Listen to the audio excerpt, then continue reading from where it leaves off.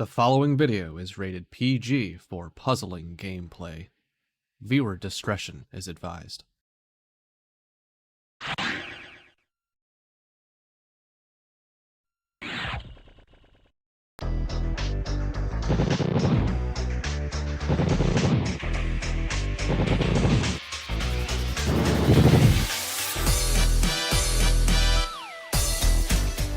After 10 months, after nearly 50 hours of gameplay over 185 races, 15 players have accepted the final challenge. Who will emerge as our newest Tetris Attack champion? The journey to find the answer starts today. Hello puzzlers, this is Cards of the Heart. Welcome to the final stage of the Tetris Attack Speedrun Tournament 2025. After 10 months of grueling monthly tournament action, we brought you 8 monthly tournaments to prepare you for this stage and to get people qualified for the final stage. 15 players have signed up to take a piece of our crowdfunded prize pool and take home the ultimate prize of Tetris Attack 2025 champion. Over the next 2 months, we will bring you basically non-stop puzzle action every Saturday and Sunday from here until the end of April, to the end of the tournament. It would have started yesterday, but unfortunately we had some technical difficulties getting the match that we had scheduled for the day recorded, and it is definitely a match that you will want to stick around to find out what happened. It was definitely worth all of the hassle of trying to get in, and I'm very appreciative of the players to go through the efforts to take care of that. But that will be coming up later on in the show. But first, if you're tuning into this game for the first time and you're not exactly sure how everything works, allow me to take a couple minutes of your time to explain how this game works and how we are playing it in this tournament. Tetris Attack is a match 3 puzzle game released for the Super Nintendo in North America and Europe based on the Super Famicom game Panel Upon. It was also localized and broadcast through the Super Famicom's Satellaview add-on multiple times throughout its service. Both versions are playable in this tournament. Swapping up to 2 panels in your stack at a time, match at least 3 panels of the same color horizontally or vertically to make the panels disappear. Simply matching 3, however, will not be enough to win. You need to make combos and chains to not only stop your stack's gradual rising for a short time and prevent your stack from breaking through the top of your field, but also send garbage to your opponent to force their stack to the top of their field. Make combos by matching more than 3 panels at once. The amount of time they stop rising the stack is minimal, but so is the amount of time their garbage makes the opponent's field shake. Quick wins can be achieved if you stack combo garbage correctly. Make chains by linking sets of matches together. Make one set of panels disappear and then let the panels directly above them fall into another match. Their garbage makes the opponent's field shake more, but they stop the rising stack for much longer. Forcing your opponent's stack to the top is more consistent with larger chain garbage. To beat the CPU opponents, you must either make sure that they run out of time while their stack is topped out, send so much garbage that they can no longer make a move, or send garbage in a way to make them think they can no longer make a move. Due to how combo garbage is handled in this game, this is by far the least likely scenario. In Versus mode, the easy level has 10 stages, the normal level has 11, and the levels hard and V-hard as we call it have 12. In this tournament, players will be racing each other through all of those stages to defeat the final stage as fast as they can. The player who does that first wins the race. The player who wins a predetermined number of races first wins the match. Best of luck to all of our players.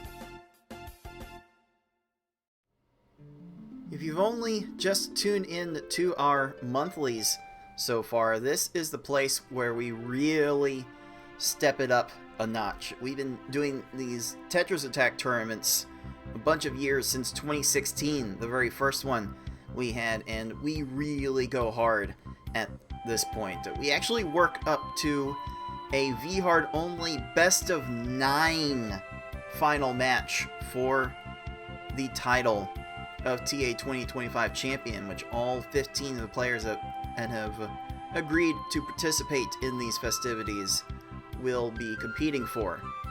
But to start things off, we are going best of 5. And that's how you know it gets real because it's best of 5 starting off from here on out.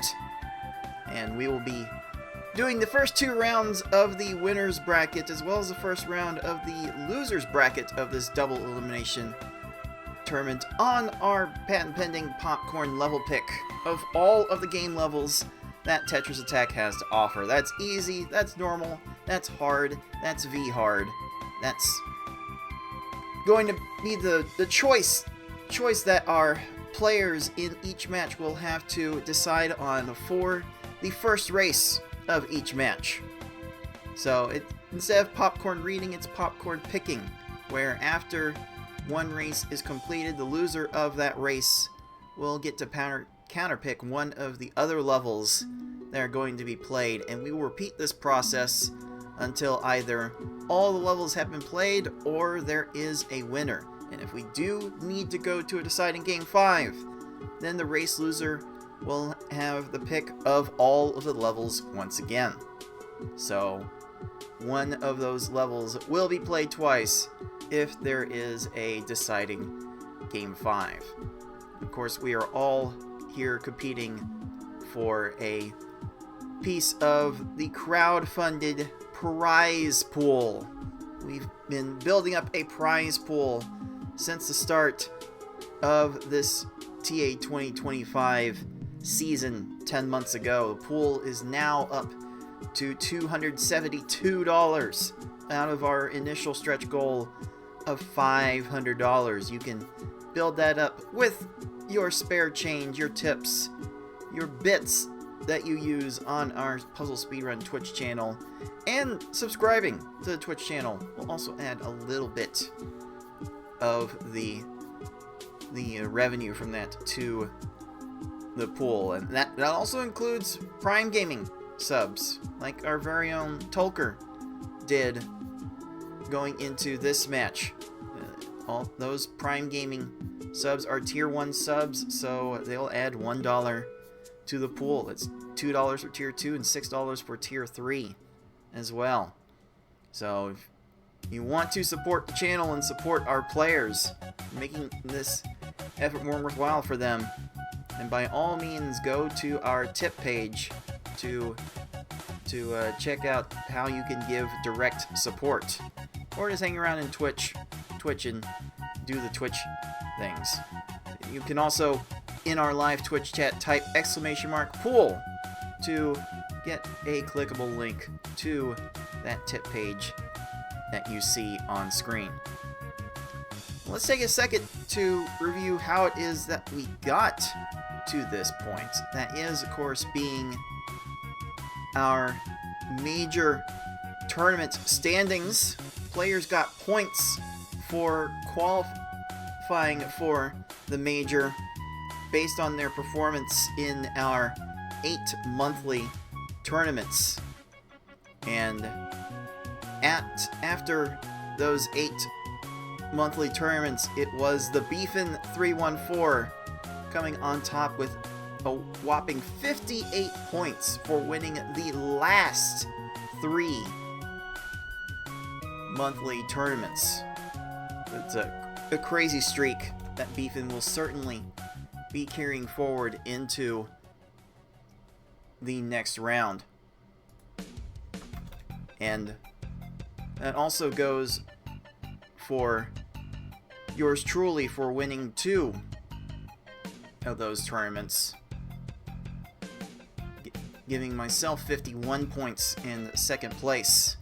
We also had 3 other automatic winners proceeding into the top 8 automatically, that being 6, the winner of the Lakitu Open, the first tournament we had. Then the winner of the Bumpty Open, the second tournament, was BB Forky, who clawed into 4th place with 15 points. And in 5th place, the winner of the Flying Wiggler Open is our overall defending champion and supreme record holder, Yoshi 112. Yoshi will be the person to beat throughout this tournament, but all of the top players certainly have a claim to stake for potentially being the one to knock them down, including our defending Pokemon Puzzle League champion FFR Pro 21, who fell just a bit short a few times of winning one of the monthlies, but still had some very strong showings throughout, enough to get 23 points. And then it is Tayman, now known as Wizard Person, in 7th place with 10 points, just beating out the tiebreakers over Yuki Saka for 8th place. Yuki definitely has been a big presence in the monthlies to watch out for. And that constitutes the top 8. I guess I should mention 9th place Tai with 7 points. All of the top 9 players ended up getting buys from the first round of play, and we'll explain all that shakes up from those buys when we look at the brackets in just a second. But to round out our field, it was Tetris Attacker in 11th with 3 points, with the head-to-head over Kanayo for 12th place. GamerX459 has the 13th seed with 2 points. Ionic Being Smart is 14th with 1 point, and Tolker rounds out our field and got in just by playing. And that's all you need to do. Just play. Just play in one of our monthly tournaments, and you too can also be invited to the major event that we are hosting here. Corey BLD and Razorflame declined invitations to participate in this tournament, and we certainly wish them well and hope we will see them again soon in future tournaments. Should take a note here before we go any further. We want to acknowledge Sklitterbeer and our very own Tetris Attacker for throwing down their own Prime Gaming subs and upping the prize pool up to $274. Thank you very, very much for that. But let's see what kind of impact these standings had on our bracket. And if you are looking at our tournaments for the first time, looking at this bracket, this looks a little bit different. Let's see if we can give you a better look at what is going on here. So for the first time, we have actually flattened out this bracket in order to make the opening matches a little more competitive, try to smooth out the workflow of the tournament, and just make things easier on everyone overall. It was a great reward for the players that finished in the top 4 of our standings, because they got 2 buys from the first round. They got a buy from the first round. They got a buy from the next round after that. So we will have like the top 9 players will not be playing in the very first round of our tournament that we will be holding today. But seeds 5 through 8 got guaranteed buys as well. So next week we will see seeds 5 through 8 and 9 taking part. That's Yoshi, that's FFR Pro, that's Tayman, that's Yuki Saka, that's Tai. We will be seeing them in a similar format to this round starting next week. And then after that, when we get to our winners quarterfinals, then the top 4 will start to rear their ugly heads in the format where we play only hard mode for best of 5, and that will only go higher from there. So then we will see Beefin, myself, Six, and BB Forky taking on whoever escapes from the top of our opening bracket. And yes, I do have to split these up in two because start.gg, where we host the results of these tournaments, has a weird way of trying to show all these different buys. So I had to really break things up in order to make them a little bit more visible. But let's see if I can actually give you a closer look at what we are going to be going through today, at least for this week, where we do have the likes of Kanayo taking on GamerX459, the 12-13 seed. Shame we couldn't bring you that match yesterday, but you'll definitely want to see how that turned out at the end of the show. Then we'll also have Tetris Attacker taking on I Like Being Smart in the 11-14 match. But 10 versus 15 looks to be a pretty spicy one. And that is going to be the 10th seed Skell against the 15th seed Tolker. Tolker hasn't played too much in our monthlies, but certainly has done a great job lending his voice to the booth for several of these turns, and we are eternally thankful for that. But just to get an idea of where these two are at coming into these festivities, Skell has played in, I think, just about every one of our monthlies, and their averages on 3 of the levels that we are playing today, that is easy, normal, and hard. Neither player has done a V-hard race in the monthlies, so we don't have data for that, but just to get an idea of how close this match might get, Skell has easy, normal, and hard averages of 640, 716, and 813, whereas Tolker has averages of about 659, 7 minutes flat, and 822. I'm trying to calculate these on the fly because Tolker has really only had a handful of races in total, of 5 in total during the monthlies. So if you've been tuning in over the years to our Tetris Attack play, you can certainly understand how random these levels can get, especially how random the earlier levels can get. So it could be very up in the air for how this first match turns out. And before we go to that match, let me take a look at the live Twitch chat to get some idea of who is going to win. And people are flying their Twitch channel points at us, especially Tolker betting on himself quite a bit to win. But it's currently more people and more points voting on Skell to win the match, but it is very close. It is very, very close. It just got updated to a 57-43 split in favor of the 10 seed. So who knows what we are going to get from this match. So enough talking about it. Let's go ahead and make it happen.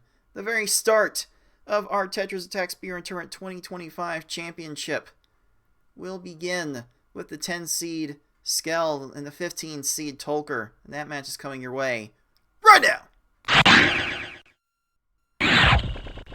And the players have agreed to start on the hard level to begin this best of 5 match, and the password meta is very strong in these two. Maybe we can get a thing going where everyone greets each other in the password menu. That's so nice.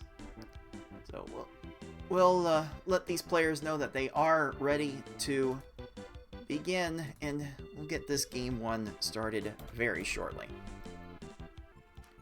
But both players are ready to go on start.gg, so not start.gg, racetime.gg. Both players are ready to go on racetime.gg, where we track all the results of these races. So we are ready to get this best of 5 on underway. Skell versus Tolker. Let's see how these two will react to the hard level. And starting off fairly strong with a 5-chain and quite a few combos is Skell. Done in 13 seconds. That is kind of what all of our players would love to see in a perfect world. And Tolker not falling too far behind with his start, getting a 15. This is basically a race to 6 or 7 lines, depending on how fast you send your chains. You take a little bit of extra time, and it could take some extra chains, some extra combos. We're looking for a balance of both. And in some unfortunate circumstances, the opponents will get a chance to match against your garbage, clear a little bit of it. And man, Tolker really struggled to the finish of that stage and is going to fall behind just a fair bit. But we do have 12 stages, so a little slip up this early on is not going to mean a whole lot. Both players will certainly be looking to finish here in the low 8-minute range by all estimation. Both players having a little trouble sending and stacking garbage to these opponents. And it will be Tolker getting the best of his Poochie before Skell. And Tolker will be taking the lead right here. And it's nice to see a little friendly back and forth between two people in the Gremlin pit, the group that I understand to be led by our number 1 seed, Beefin 314. And we'll get some playful back and forth with them in the coming weeks for sure. But yeah, 15, 20 second stages, fairly good stuff. Fairly good stuff for our players. Gonna be the times they will be looking to get. Not sure Tolker was wanting a 9 combo at the start of that chain, but that will stack very nicely. That'll be enough for a 13. Oh, Skell needed 8 lines on his Froggy, but we'll get those combos down just in time in order to deal with that. Very unfortunate that not all of these stages are created equal. The random number generator can be very cruel with how the panels get put together. It is one panel at a time, and like the whole sequence of potential panels is something that even I don't have full understanding of. Like, I think you can potentially get 500,000 panels in a sequence, just based on how this game will generate things. So you really do have to take them as they come, and Tolker really making some fast work out of making that 5-chain. Did not have any combos with it though. The stacking of the combos will really do wonders for your time. If you can build 2 lines of garbage at once instead of just 1, then you can get to the top times that our top players will be expecting to get on this level in a couple of weeks. You start flirting with times under 7 minutes at that point. Both of our players, I think, will be fine with with some 8-minute time. Again, Skell has averaged 8:13 through his 7 open races of this level. Tolker has had 2 races of 8:13 and 8:32. So, this one will certainly come down right to the wire. Oh, Skell runs out of time! That might be huge! Not sure what Skell exactly was paying attention to. But he ran out of stop time, ran out of stack health from being at the top of the screen. The stop time you get from making combos and chains. Tolker not able to get a great Raphael in his own right. Selling for a 51, but he is heading into the Cave of Wickedness first. And there's supposed to be big fanfare for this cave. Well, in the hardest level, V hard, which we might see in this matchup. Opponents in the Cave of Wickedness do learn how to make chains. But not here. Not yet. Not until stage 11. Till we see an opponent purposely go for a chain. And even then, these opponents might be a bit too slow. But they're certainly getting down low for Tolker. That needed 9 lines. Tolker could only manage 8. So Tolker is done at 32 seconds. All things considered, Skell is not that far back. But that flattening of the stack, Hookbill will not keep up with. So, yeah, it's really not too bad of a margin from here. It's close to 15 seconds. And that can definitely be made up in a single stage at this area of the game. Tolker missing an insert for a 4 chain. Gonna rebuild with a 3 chain on top of that. Oh, needed the 4 chain on the back of that. Maybe to keep the garbage from getting transformed. But Tolker will take care of business at 22 seconds. And now Skell needs a big attack on to this Piranha Plant. Oh, needs 2 more lines, maybe. Oh, that line will do it. And crushed. Absolutely demolished was that Naval Piranha Plant. Skell giving him no room to make any moves whatsoever. Feels good, even if it's slow. But right now, Skell needs some help from Tolker, who takes down Kamek in 12 seconds. Let's see if Skell's going to have any difficulty with Kamek, who does learn how to start chaining here. Still not much, though. That's an 11 from Skell! Here we go on the final stage. Hard mode Bowser is usually gentle, but will he end up deciding this race? Tolker finds a 3 chain. Not going to get any more combos. Bowser, though, is not starting any chains of his own. And Bowser will run out of time. Tolker takes home game 1 with a time of 8 minutes, 29 seconds. And Skell getting one of his worst hard mode runs in this season will settle for an 8:42.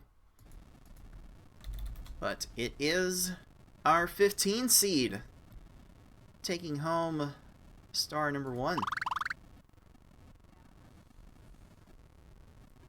See those stars above the game feed for our players. You light up 3 of those and you will win the match. So easy, normal, and V hard are on the table for Skell for game 2. Let's find out what level he's going to pick. And here we go with game 2 on the normal level, as was Skell's choice for this game. We're going to be seeing 11 stages here, and we're gonna step the speed down just a little bit. We're going from versus level 6 on hard mode to versus level 4 for this race. If you've played Pokemon Puzzle League on Nintendo 64, you might be most familiar with this speed, as the one-player stadium plays at this speed for all of its hardest levels. And right now, our two players showing that they can handle this level fairly well. I believe that was a 19 for Skell and an 18 for Tolker. Gonna be a bit harder due to the speed of these opponents losing to get stages under 20 seconds, but that's going to be what our players strive for. That's an 18 for Skell, and Tolker gets a garbage clear. And those garbage clears with a full field of panels to transform, that takes a few seconds, and those will most certainly add up over the course of the run. And even players lower in the rankings stand to have great chances to win against higher ranked players if those garbage clears get out of control. So far, Skell has really not seen them. And Tolker is going to get hit with another one here. Tolker really cannot afford to keep up in this race and have opponents get 3 chains off of transformed garbage. These opponents don't know how to do that. Can we not? That's a bit rude. There's not a single point in this game where an opponent will wise up to garbage and learn to make chains off of it. They will never purposely set one up in the right way. Save that for Pokemon Puzzle League. But that tournament's in September. Let's get back on track with this. That's a 14-second wiggler from Tolker. Tolker will definitely be in like with that result. But both of these players certainly have been putting in work on adding more combos within their chains. That's been the meta for this speedrun for many years now. In fact, we can probably trace the advent of more combos in the chains back definitely at least 2014. Maybe if you look through the history of the Tetris Attack speedrun of the hardest level going back to 2007, you will actually see the record times featuring more and more combos in their chains. You really do want to try and build 2 at a time instead of just 1. And as we hit the spiritual halfway point of this normal level, we are basically in a deadlock. It's probably a second apart in Skell's favor. Just by keeping track of their game timers, which a lot of us in the community do use Live Split to time these races, and they will often integrate them with racetime.gg, so that way the timer starts as soon as the race starts, so everyone is in sync as to how long the race has actually been going on. Definitely appreciate it very much when it works. So, thank you to the staff at racetime.gg for making that possible, and thank you to the Live Split developers for giving us such a great timer to work with. Oh, now it's Skell getting hit with the garbage clear, and Tolker dodges it for the 18-second Raphael. it is Tolker that will be first into the cave. And this lead for Tolker will be close to 10 seconds.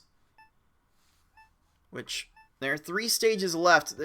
That's still a fair amount of time that can be swung in a single stage, especially when we get to the final opponent, who does learn how to make chains.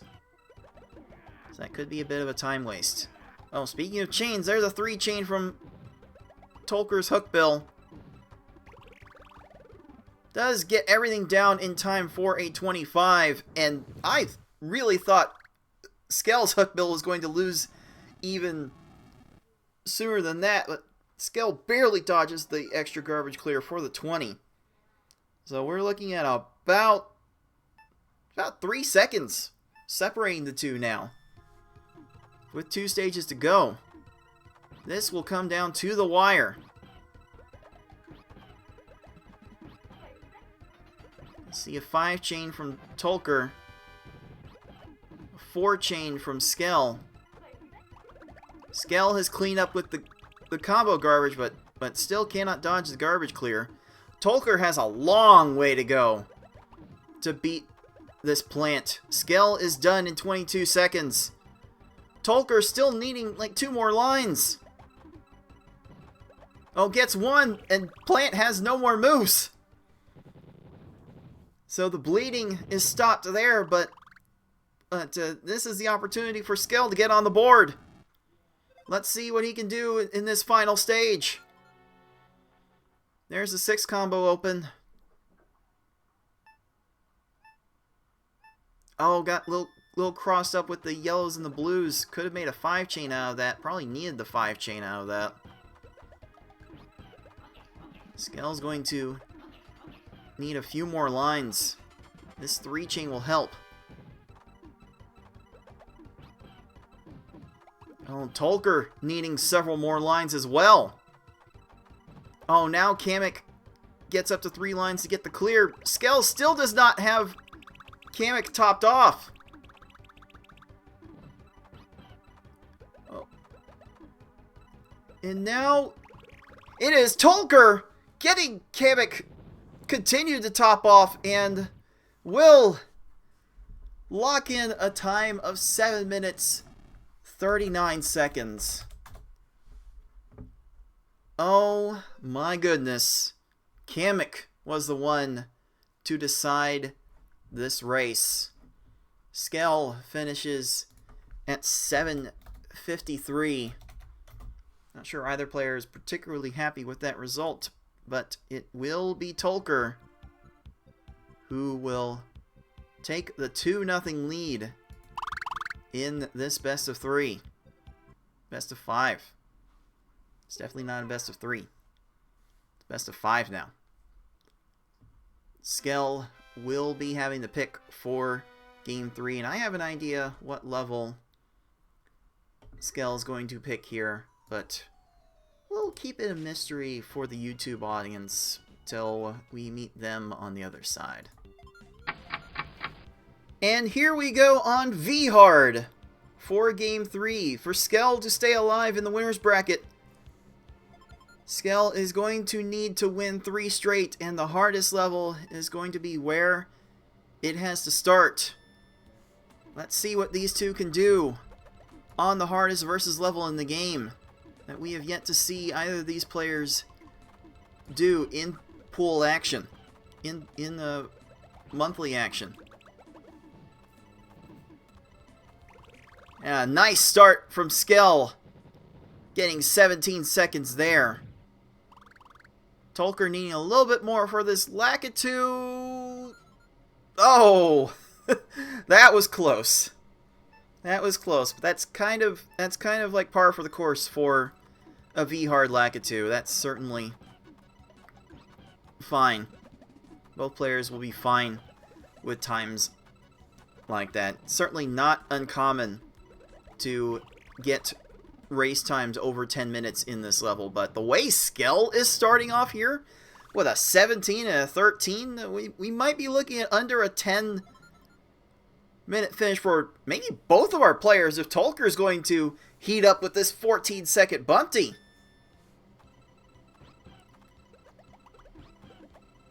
We can definitely be in for some crazy stuff here. These opponents are getting a little bit aggressive with their stack raises, and both of our players are sufficiently countering with smaller chains, and whoever's getting the most combos is having the most success here. And right now that is Skell with that 17-second Poochie. Oh, there's the garbage clear for Tolker. Oh no. Oh no, that is certainly going to be a little bit of a setback. 25 seconds is still not all that bad, but Skell has been on point with the combo sends in this race. Just the timing, just a bit off on that chain. It's going to lead to multiple garbage clears. That's a 29.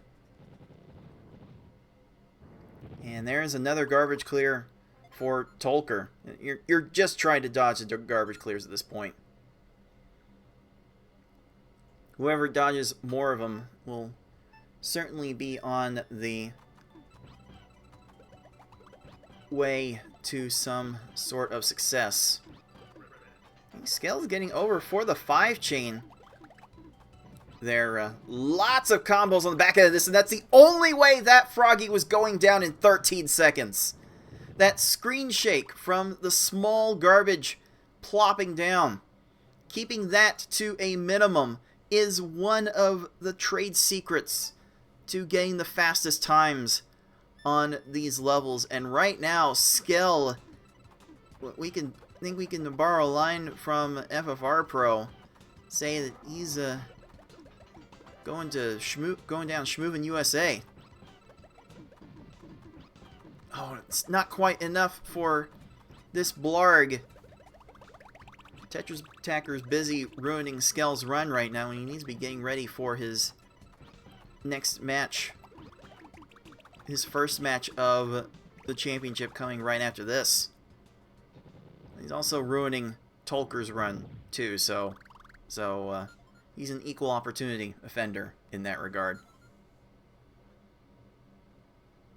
And that will be a 27 for our 15 seed. 15 may be the bottom of this tournament, but doesn't mean that Tolker is someone to take lightly. And one opponent you certainly don't want to take lightly in this level is Lungefish, because Lungefish has a tendency to bring the stack down to row 4 a whole bunch of times. So 8 lines at a minimum are usually needed, and Tolker sending a gigantic chain to make sure that works. Skell will have to settle for a 32 on that stage and maintain a little bit of a lead, but Tolker will cut into that a little bit with his 25. And Raphael the Raven will do just the same. A nice little 8 combo start leads into a lag chain. That's a nice quick amount of lines. Still needed 8 lines though.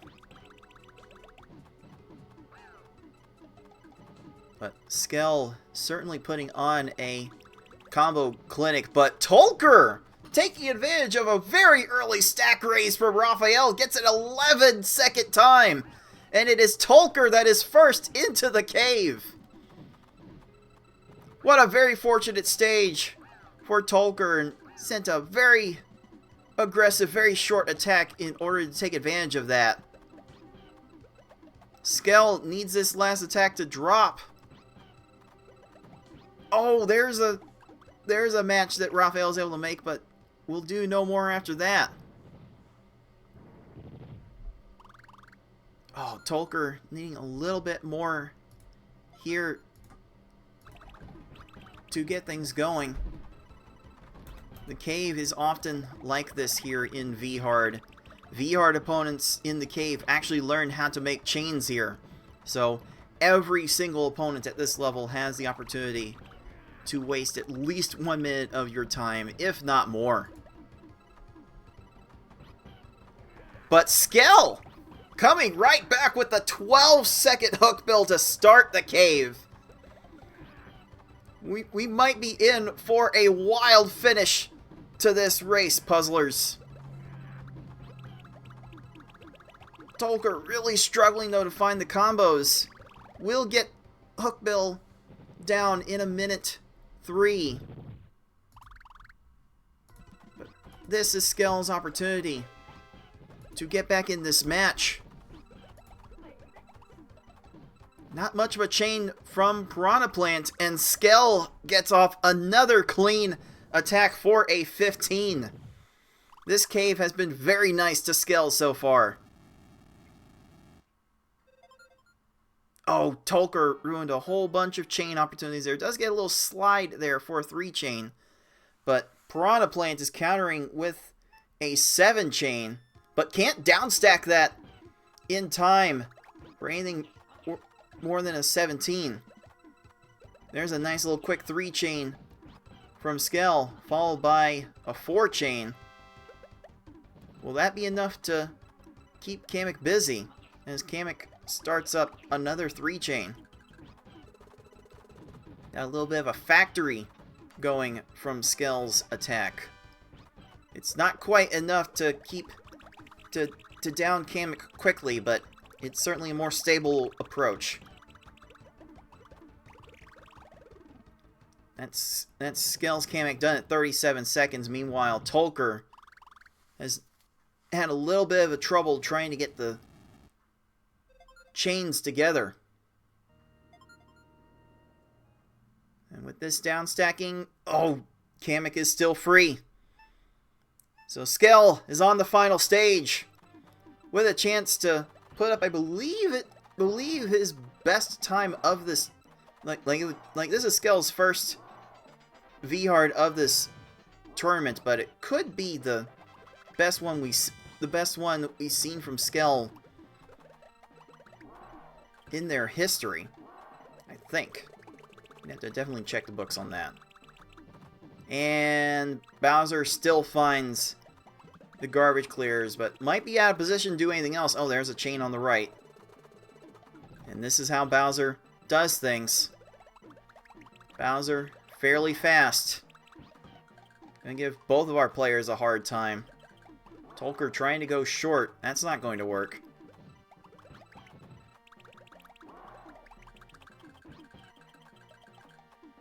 Skell did send a lot of combos, led to a lot of transformations. Bowser's still hanging on. Oh, Tolker needs this to drop. And it drops! And Tolker takes down Bowser in 32 seconds. Bowser finds a way to decide another V-hard race. And I do believe that is a personal race record for Tolker. Skell coming in at the end with a very respectable 9 minutes 42 seconds of his own. But Tolker with a 9:19 is going to do just enough to sneak out a 3-0 sweep. Well done from our 15 seed. Definitely turning some heads at the very start of our tournament. Oh my. that escalated very, very quickly. Let's go ahead and lock in this result as only we can. 3-0. I certainly would not have put my money on the 15 seed getting this sweep, but Tolker did what he had to do, and it will be Skell going on a revenge tour in the losers bracket. Wow. That felt dominance from Tolker. That felt kind of crazy.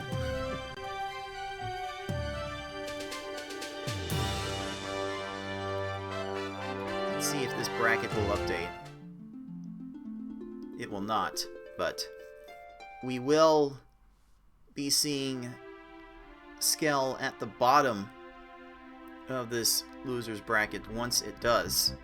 And with that 3-0 win, Tolker will be taking on the artist formerly known as Tayman ND in the next round. We will be seeing that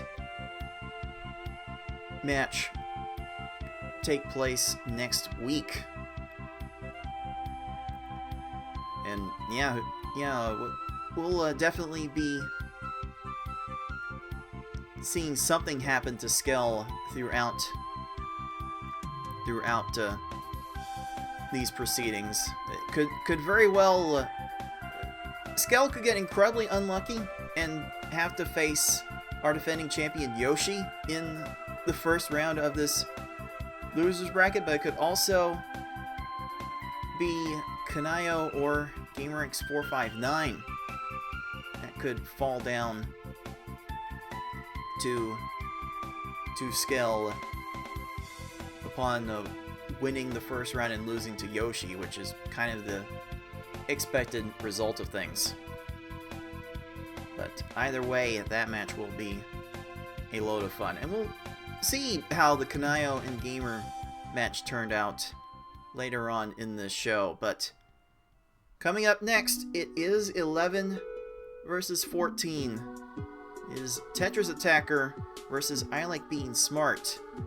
And those two will definitely play a very, very close match, no matter where the match goes. So we'll bring you that best of 5 match coming up right after this. Stay tuned. You are watching the League of Puzzle Speedrunners Tetris Attack Speedrun Tournament 2025. It's the big one, and it continues next.